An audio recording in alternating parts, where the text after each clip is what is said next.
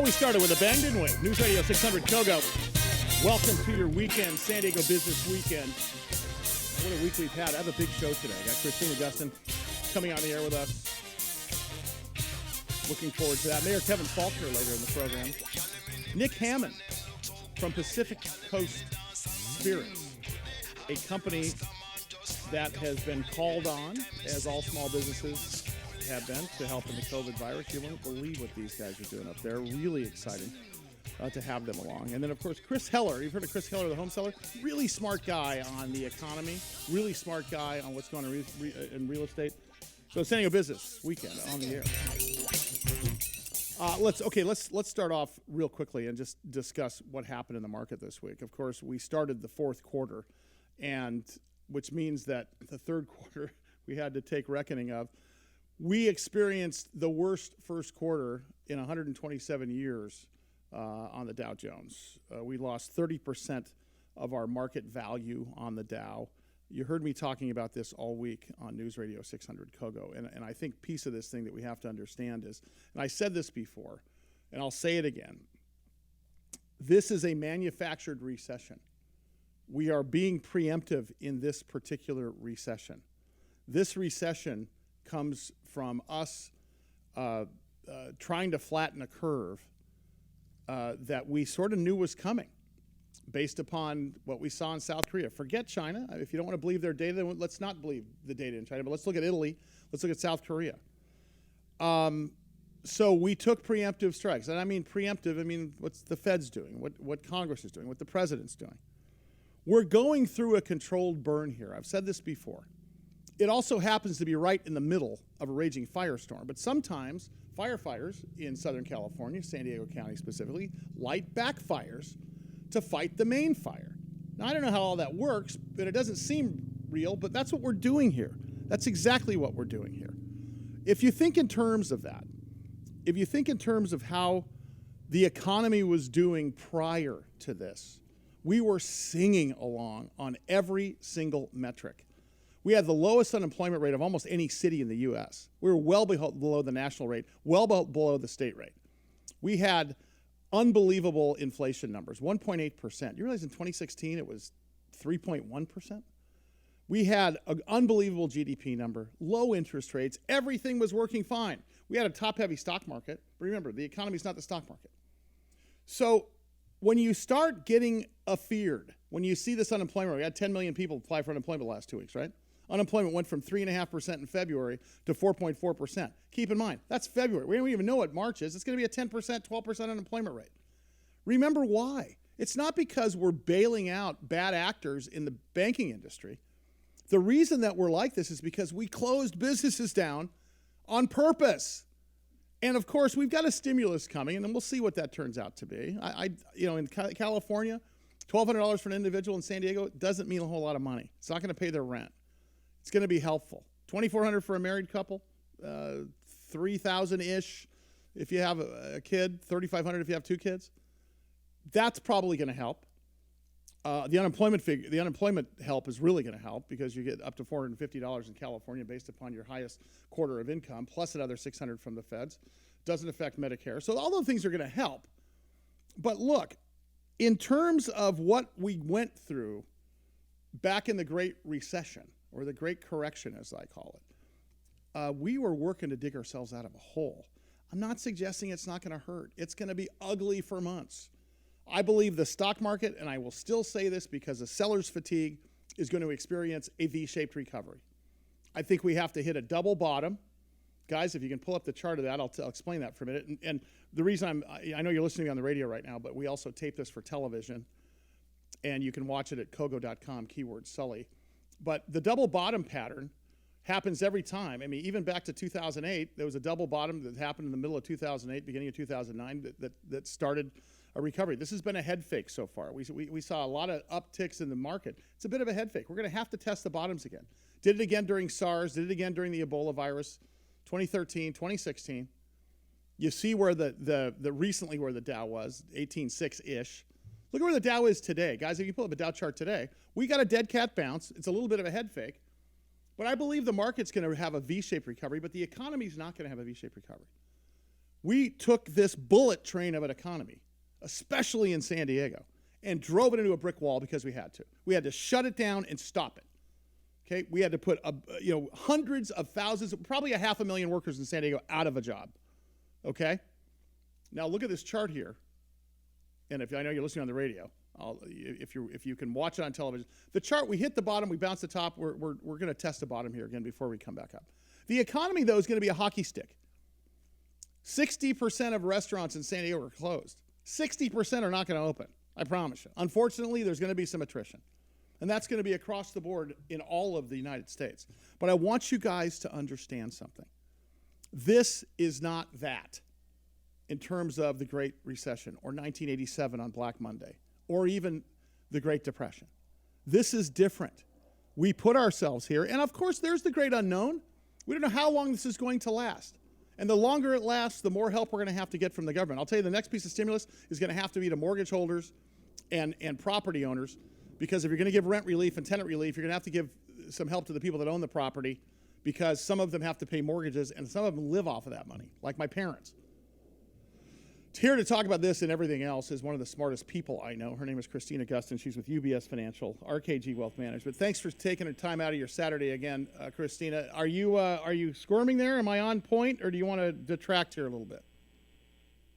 Thank you for having me, first of all. No, I would kind of characterize where we are this week as, help is on the way. I think what we've been doing with a lot of our clients this week is talking through what are some of the different types of stimulus coming out now and different pieces of the CARES Act that apply to different people. For example, a lot of our retired investors, now we don't have to take required minimum distributions from IRAs this year. Things like that are going to help people manage their tax burden. We've been talking to a lot of our business owners about all of these relief programs that are coming online. I think that Friday. We have the economic injury disaster loans, the paycheck protection program, all these loans for larger businesses. All this stuff is ramping up right now. So what I think that's done, it's kind of normalized the market a little bit. Like you said, we're still significantly down from the highs, but liquidity has certainly improved from where it was a couple of weeks ago when you saw just real pandemonium and people just dumping everything. Yeah, it's interesting here because the help is on the way analogy you just said is really is the truth. Question is, do you think it's going to be enough? I mean, we got consumer confidence sinking in March to a 32-month low. That's not a surprise. Unemployment jumped to 4.4%. Not a surprise. Private sector employers eliminated, 701,000 jobs or something that we lost in March, or so far in the first 2 weeks. Is a stimulus package for $1,200 for an individual? Let's say you have an individual who has a child. Okay, that's a $1,700 stimulus. Okay, that's roughly almost a month's rent. What median rent here in San Diego is like $1,850 a month for a bad one bedroom. So you've got that.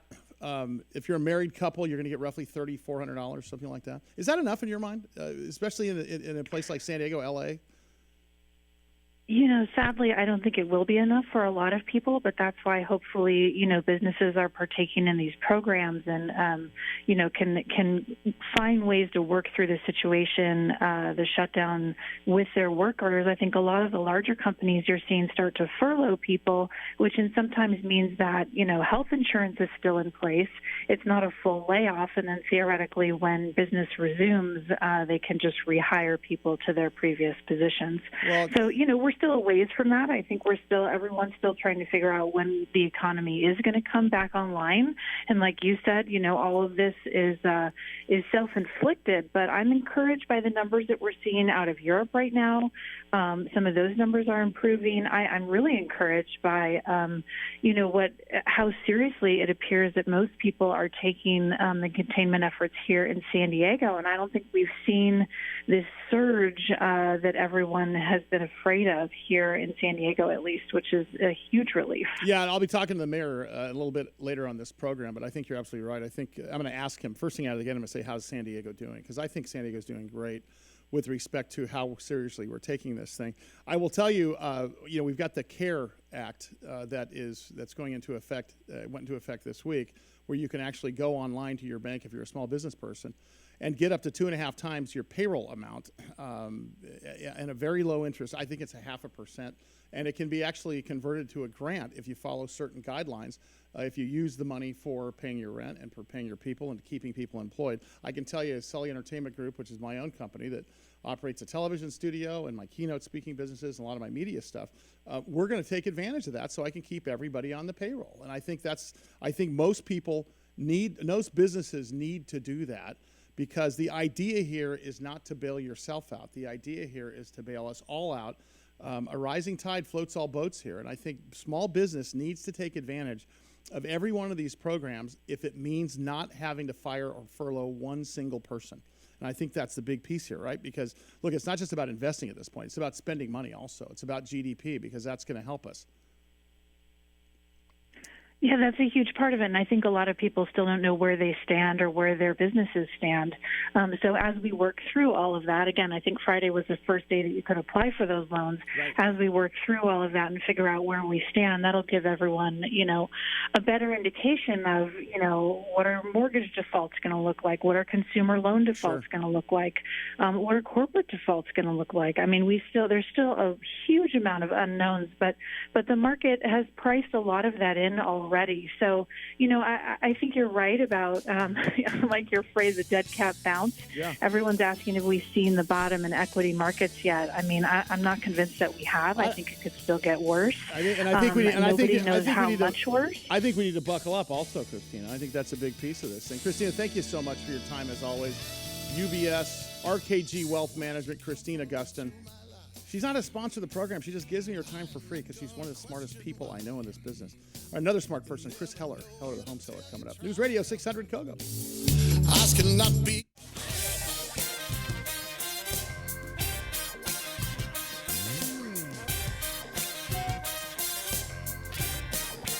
Hey there, welcome to your weekend, San Diego Business Weekend.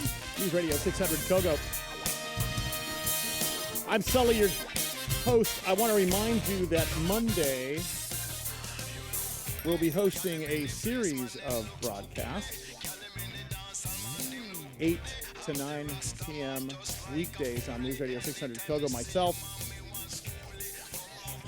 LaDonna Harvey, Mark Larson, Mike Slater, as well as is it Lou Penrose? I think it's Lou Penrose as well. Each night we'll be handling a different topic. I'll be handling money on Monday. And I'll be answering all your questions. We'll do open phones again like we did last week. So Monday night, I'll be doing open phones. Any question you want to ask me regarding the 401ks, stimulus, economy, unemployment, how to apply for the SB or the stimulus loans for business, I'll open the phone lines 100% for you on that as well. So, hey, listen, it's really great to be able to feature business here in San Diego on San Diego Business Weekend. And by the way, you can not only hear us as you're listening to us right now in Southern California, from San Diego to Santa Barbara and as far east to Yuma, but you can also watch the program after we're off the air. Me and producer Lady Mary post this show at kogo.com, keyword Sully, because we shoot this show for television at the Jump Television Studios in Sorrento Mesa across from Qualcomm. And because of our social distancing guidelines, I'm having all of our guests Skype in video or phone call. And I was able to get a hold of Nick Hammond, who is the founder and head distiller of Pacific Coast Spirits here in San Diego. I believe they're actually up in Oceanside, but he was in studio.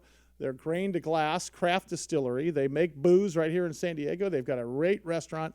He is a small business person, and I'm so happy to have him in studio or on the air with us, not in studio with us this week, because he has taken lemons and turned it into lemonade. First of all, Nick, before we reveal what you have done, which is brilliant, by the way, I want to ask, as a small businessman here in San Diego, who has a business that's a restaurant that just opened up and all of this comes down, how do you survive during something like this? Talk about your employees and the well-being of your bartenders and everybody else that's working for you first for us. Well, yeah, I mean, that was, thanks for having us on again. I appreciate it. But, that was the detriment of our industry. I mean, mandated closures of restaurants. I mean, that was our business, so we're here in Oceanside. We have a distillery, we have a restaurant, we have a bar. And it's about socialization. Right. And now we can't socialize. We're forced to be quarantined. We could still do curbside food, which honestly, an operation our size and production, is just not going to float what we're doing. Sure. So we were forced to, lay off the majority of our staff day one. And everyone's, filed for EDD and we were trying to look at, what's the longevity of what we can do, it's survival. Well, I will tell you, because of your spirit of entrepreneurship, and I listen, I first of all, a big believer in what you do, your passion of your process and your culture, being able to take raw materials and create a product that people enjoy, I know is pure satisfaction for you. And of course, just like myself, you're lucky enough to call what you do a job. You're also a place of learning there. And I think there's a lot of lessons to be learned here during this time. And one of them you guys should be teaching. You should be going nationwide and doing keynotes after all of this is over, because this is going to end. But what you have done is extraordinary. And I can't tell you the first person that called me to tell me about it, because there's a couple of brewers here in San Diego that had the same idea. But I have to tell you, folks, Nick Hammond from Pacific Coast Spirits has modified their operation from a distillery. And I'll let you take it, Nick. Tell everybody what you did. Yeah, so with deregulation and allowance from the FDA, we've been able to productize some hand sanitizer, and so we take our vodka base that we normally would bottle up at 40% alcohol, and we're packaging it at 80% alcohol as a topical solution. So you just took your distillery and turned it into an antiseptic, bacterial product that people can use to disinfect. Is that, and how do you get, by the way, how do you get those sort of guidelines? I mean, how did you find out what you needed to do to be able to be kind of certified for that? We have an amazing guild and amazing associations that are part of our craft distillery industry. And they're from the top down, they're involved in Washington, they're involved all over the nation, and even down to the county level. They were working from day one with the FDA and the TTB to start deregulating and allowing us to formulate and do this, because they know the survival of our industry is based on selling products. And if we can't sell products as small craft distillers through our front door, then we're all going to be gone. Well, let's try to sell some of this stuff for you. How can people get a hold? Are you selling online? Can people drive up and buy some? Because I see you have gallon jugs of it as well as small spray containers. We do the 2-ounce spray bottles. We do 16-ounce refill bottles. You can see over my shoulder here, we've got the 5-gallon pails.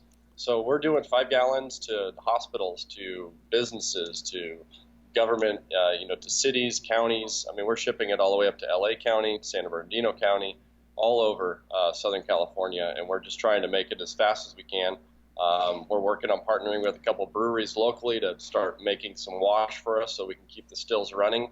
We just can't make it fast enough, and it's running out the door. So my good friend Mike Hess from Mike Hess Brewing brought this up offline a few weeks ago, so I'll make that introduction to you along with that'd be great.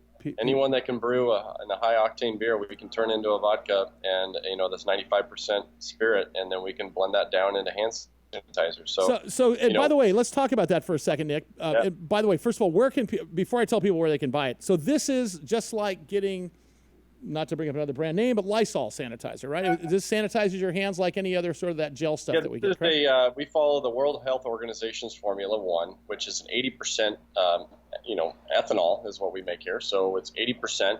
It's got hydrogen peroxide and a little glycerin in it, and that allows it, so your hands aren't drying out. But we follow their formula. We haven't added any aloe to it. We haven't added any essential oils or anything to it. We have to stick by these strict guidelines right now that's being allowed by the FDA, and it may be temporary. We're looking forward to getting back and into making our spirits and such when this is all over. But right now it's a temporary need, and we're trying to help fulfill it. So hey, Nick, I'll tell you what. Right now, to get this started, I will personally purchase 6 1-gallon bottles with my own money. And then I want to buy a case of your little ones, and I'll start giving them out to listeners and people that I see. And we'll get that started. How does that sound? That's great. That's absolutely great. And if anybody else wants to go, they can go to packcoastspirits.com. Is that accurate? Yes, sir. Yep, and you can buy it online, and you can pick it up curbside. Right now, we're trying to figure out shipping. We can do shipping to larger municipalities, but by freight. But we're trying to figure out the local shipping so that folks can just get this to their home. So that they're. I need to have you on the national TV show next week because if you're going to do a national footprint with this thing. So once again, his name's Nick Hammond. He's the founder and head distiller of Pacific Coast Spirits, and you go to packcoastspirits.com. We'll put this up at kogo.com, keyword Sully. We'll also put it up at bigbizshow.com. I'll also put it out on Twitter and Facebook and Instagram. You can follow me at Sully Speaks or at Sully on the Air. And then you can also Pacific Coast Spirits, I believe, is you guys' Instagram name as well if you want to follow them there. But boy, what talk about turning lemons into lemonade. And this helps you keep a few people employed. Obviously, not a full restaurant staff, but that also helps with the economic impact of what you guys are doing, right, Nick? That's it. That's exactly it. It's keeping, it's survival, it's keeping a roof over our heads. It's, keeping our community safe so that there is an environment to, serve and a community to serve when we open our doors back up as a restaurant and distillery. So, yeah. Well, congratulations. And I want to drive people there. And I'll tell you what we'll do is as I said before, I will personally go on the website and you'll see me do it. And I'll post my purchase up on Instagram and as well as here on the Kogo websites and the KOSI and Big Biz Show so people can see what I'm doing because obviously you can't get a hold of disinfectant wipes these days. It's tough enough to get a few bottles of Lysol disinfectant, and you're following the World Health Organization's guidelines for this stuff, so it's fantastic. Let's talk about the business side of what you do. You're from a winemaking family. You spent the last decade and a half traveling and training in the spirits industry. How did you start this business in the first place, Nick? Oh, it's it's really following a passion. We've been about beverages for a long, long time. Back in college, starting at distilling and then being able to travel and learn more about distilling itself. It's not like brewing or winemaking where it's readily available. You get a job at a distillery, a local distillery. It's very new. So, I did what I could in the beginning to get the experience in the beverage, whether it be brewing or winemaking. Did that for years, and then traveled throughout the world just to try to, learn more about tequila, learn more about pisco, about Scotch and whiskey, and our California bourbon, is kind of our pride, and we're trying to, create something that it puts economics back into farming that's local as well. So we're, our California bourbon is 100% California corn. Our vodka is made from California grapes. We're trying to, put that revenue right back into our base and ag here in California. So, the passion to create a product and bring it to the consumer and enjoy. That's some of the best times you have is telling stories and having conversation with friends. It's generally over a beer or a wine or a spirit. Hey, Nick, I have to ask you, didn't you guys, last time you were on with me, I think you guys had, 25, 30 people working for you. Is that about the amount of people that you were at? Was that your growth rate about when this whole thing happened? Yep, we were about 25 to 28 employees at the time when this happened, yeah. And we were 4 months into opening our doors. So, that's it's for a business like ours, that's when you're spending most of your money and trying to figure out your efficiencies, and it's not financially and cash flow. Well, this has been an unprecedented time, man. But I'll tell you what, congratulations to you and what you guys are doing. Once again, packcoastspirits.com is their website. You want to get some hand sanitizer? They have turned lemons into lemonade, and they've followed the World Health Organization guidelines for sanitizer, and same stuff you can buy in the bottles. It's right there. Nick Hammond, thanks so much. Stand by. San Diego Business Weekend is on the air. Just gotta go with it,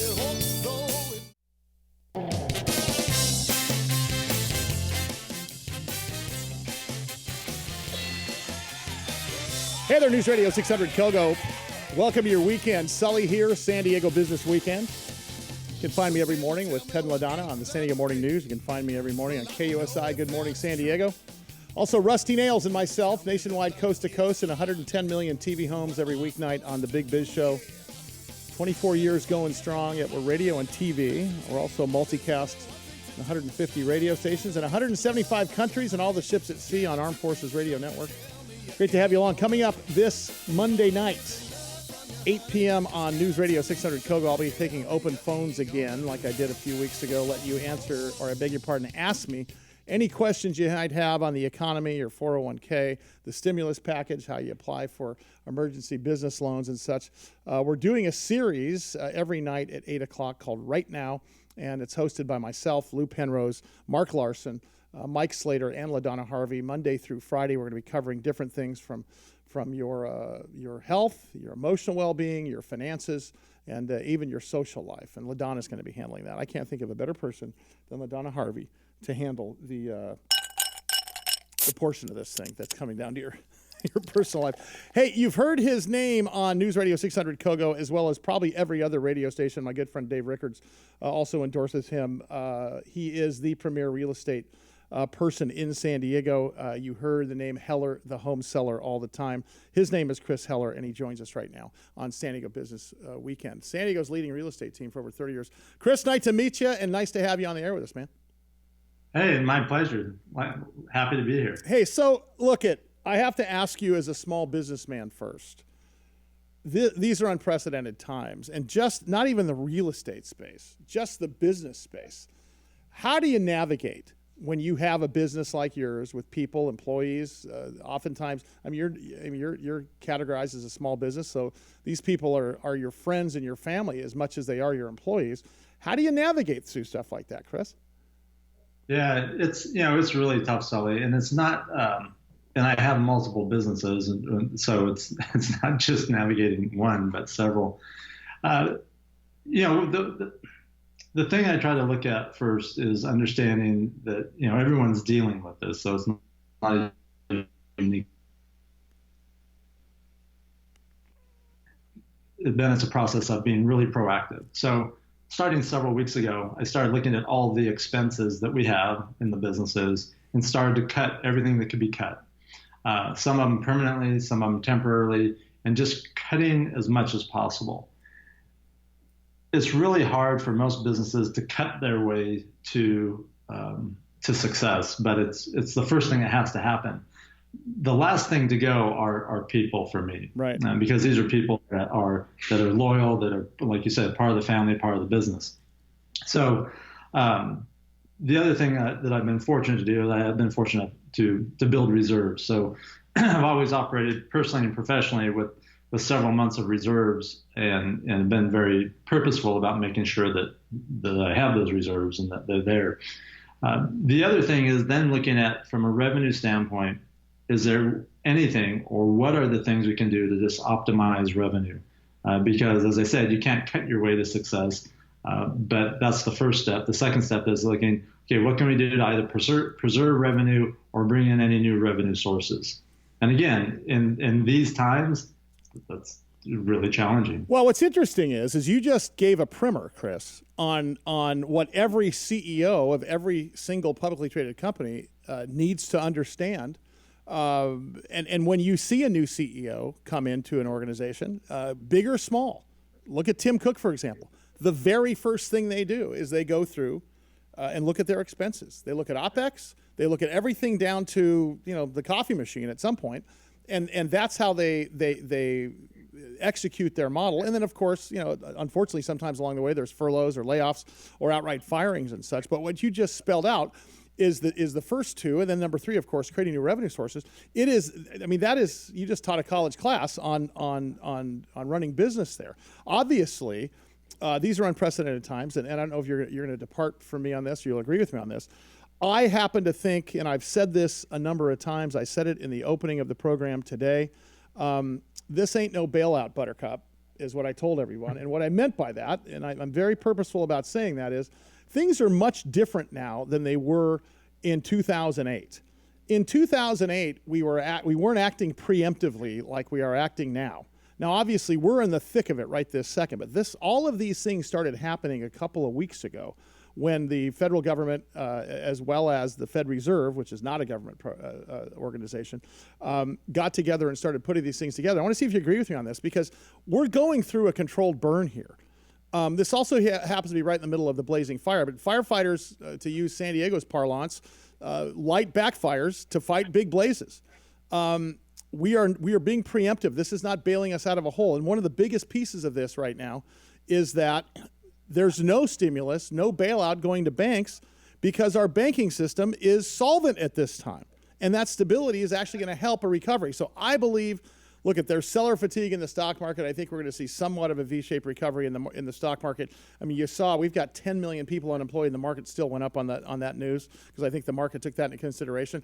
Economically speaking, though, I think we're looking at more of a hockey stick, and that affects guys like you in the real estate market because obviously GDP, our report card of our economy, is based on consumer spending. Talk about the economy side of this thing as it affects to the real estate market, specifically here in Southern California, Chris.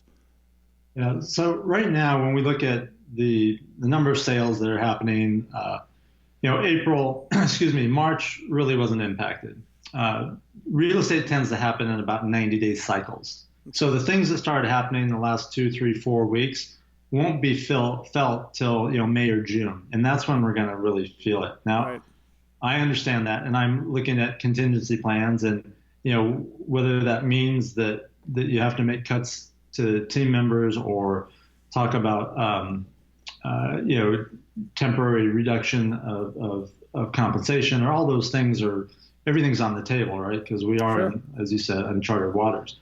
I do believe that the economy, and I'm not going out on a limb here, the economy is going to take a massive hit, right? And there's no two ways about that. Well, I think the difference, Chris, here is that this is a forced recession that we did, and all of the underlying components of the economy are still in place.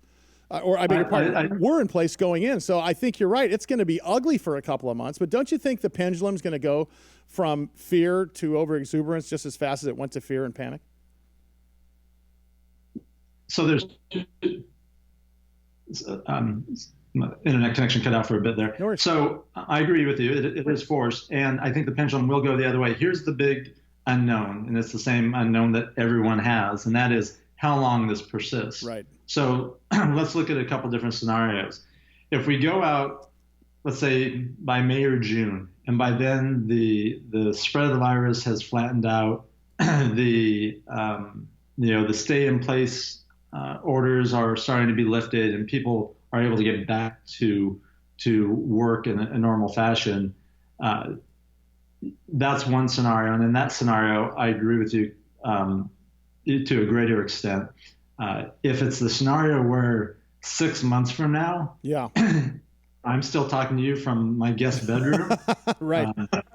Then that's a different ballgame. Well, here's the other thing too, and I don't know how you feel about this too, because with small business, look at restaurants. 66% of restaurants closed here in San Diego. You're not going to see 66% open again, are you? I mean, there's going to be some attrition here during this thing. Don't you agree?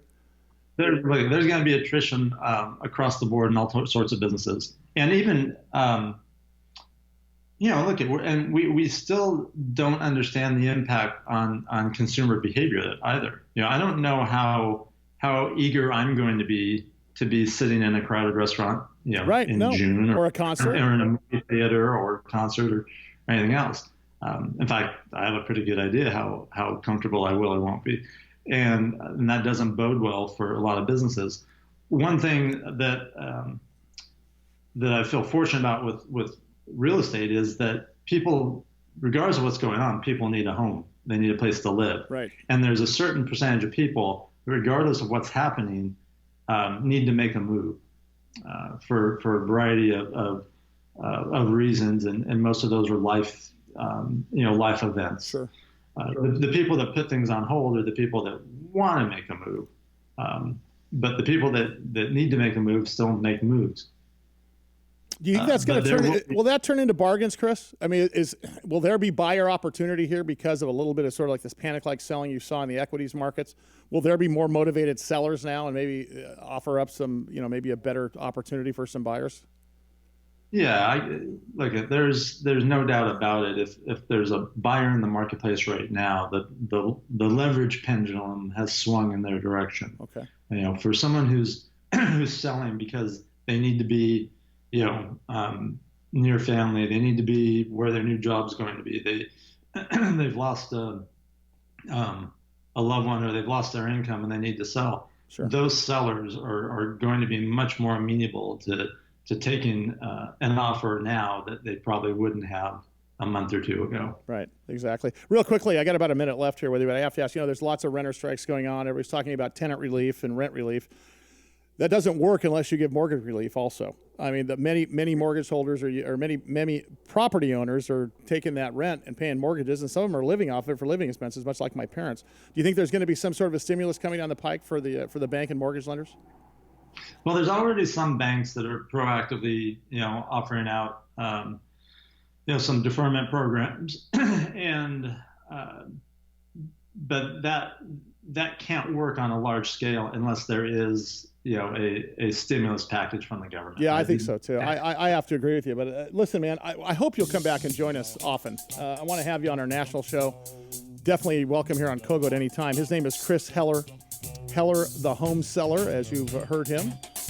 He and Ted Garcia do a podcast as well, but HellerTheHomeseller.com is the website. Chris, thank you so much. I appreciate you being so generous with your time. It is San Diego Business Weekend on News Radio 600 Kogo. Welcome to your weekend. Here come the home.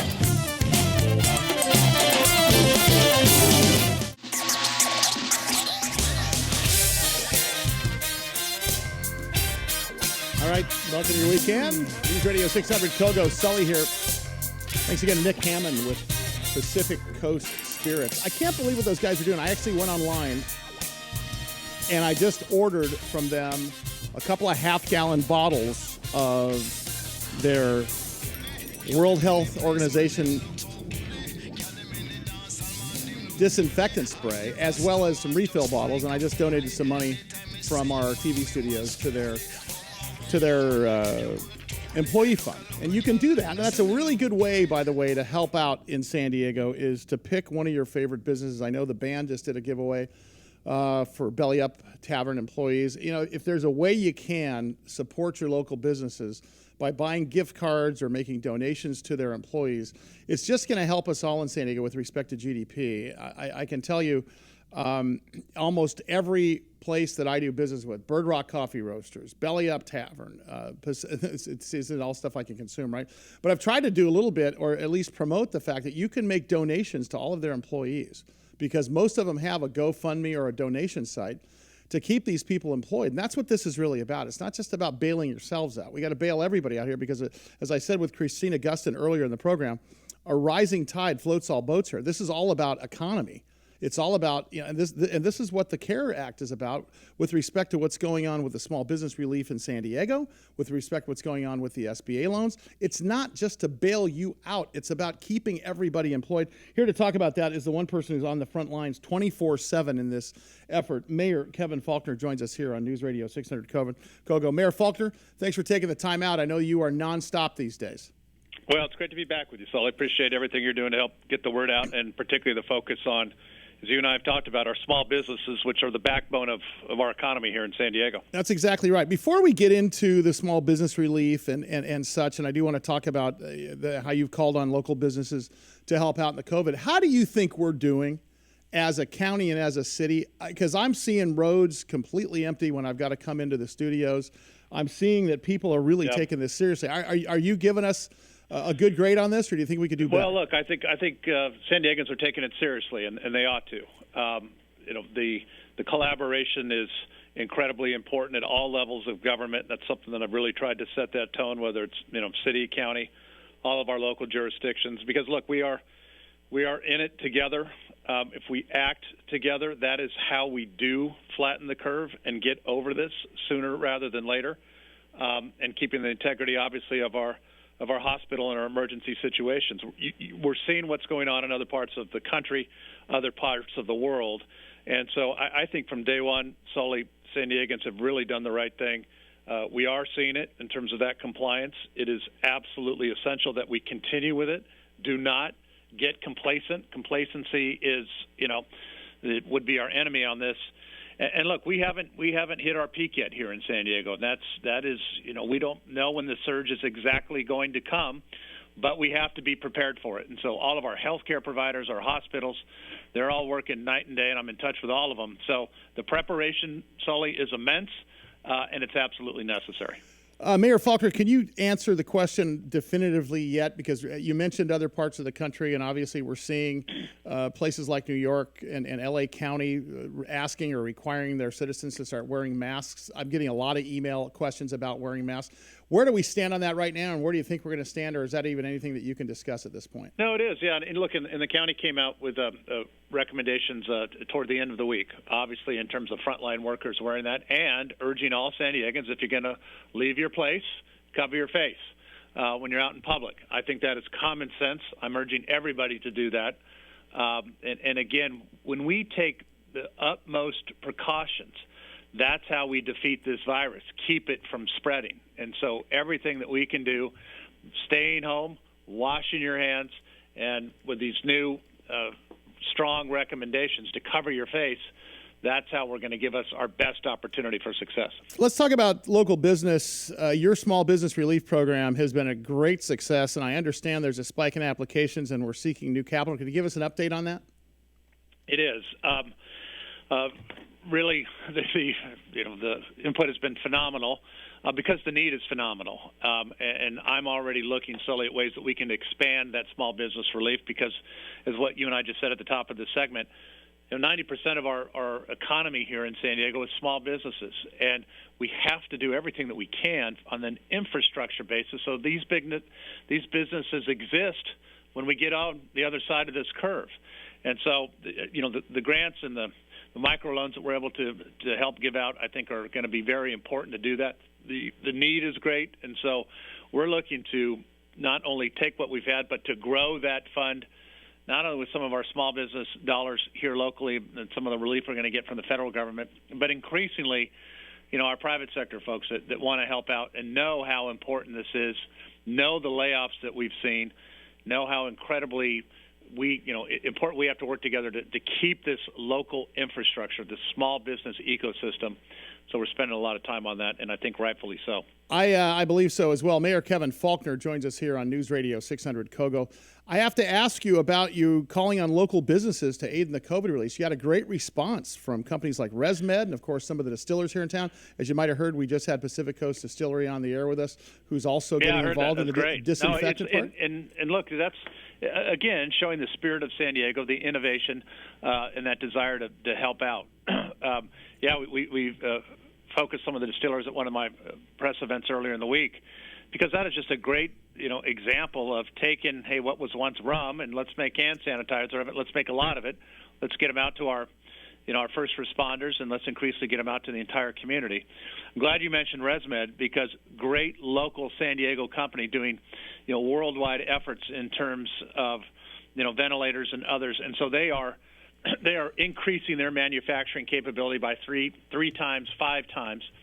Been working very closely with them. These are, ventilators, face shields, hand sanitizers, personal protective equipment. These are the items that we need, not only on the front lines of our healthcare providers here in San Diego, but across the country and across the world. And so once again, San Diego is helping to leading that innovation. And so we have put in that call to say, if you have the ability to change some of your manufacturing, to assist on some of these items, now is the time. We need you. We will help you with that conversion, help you with some upfront capital if you need to.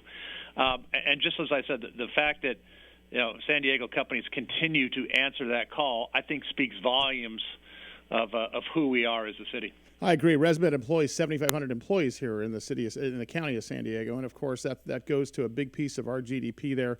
And kudos to them for pivoting at a time like this. Talk about the disease itself. What kind of updates are you getting from our county health officials on how the numbers are doing, how the curve's looking? You mentioned we haven't hit our apex yet, but obviously that's a coming. Any insight you can give us? Yeah, no, we haven't. And the county is obviously giving updates every afternoon in terms of not only number of cases, but the precautions and the steps that our hospitals are taking and the preparation. And look, I'm on the phone every other day with all of our hospital CEOs and folks that are on the front lines. We offered up city property, of course, if we need to expand in terms of any temporary facilities. So all of the planning. April is going to be a pivotal month for us, Sully. April is where we really need to not get complacent, really reinforce that social distancing. That is our best opportunity, as I said, to help stop this virus in its tracks, because the virus can't spread if you're not having, not out there in public and having that contact. But I'll tell you just one more thing, because before I got on the phone with you, I just got off the call with the folks over at the Scripps Research Institute. Just blown away, Sully, by the types of things that we are doing in our biotechnology community here. The research that we're doing, they're literally running 100,000 compounds a day as they're working on therapeutics and others. I just can't say enough about what's happening, and San Diego should feel proud about it. People are working 24/7 to attack this virus from all kinds of different fronts. Hey, let's talk about the city property as well. I thought that was an interesting and also a thumbs up on really saying, look, we got empty parking lots, we've got empty buildings, let's make this available if necessary.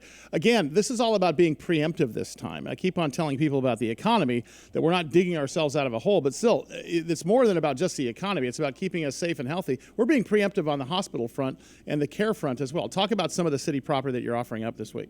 Yeah, it's offering things that we hope we don't have to use, but it's about, as I said, if you have to use it and you're not prepared, then it's too late. And so everything from city facilities, whether it's our parking lots, whether it's things like Qualcomm Stadium, and whether it's our rec centers and our libraries, all of that is available. As you probably also know, earlier in the week I declared that all of our city employees can be used as disaster workers. And so, again, this is about force multiplying. This is about really supporting all of our hospital workers, our hospital systems, giving them the tools they need, the locations that they may need, and some of the folks that can help, whether it's delivering supplies, you name it.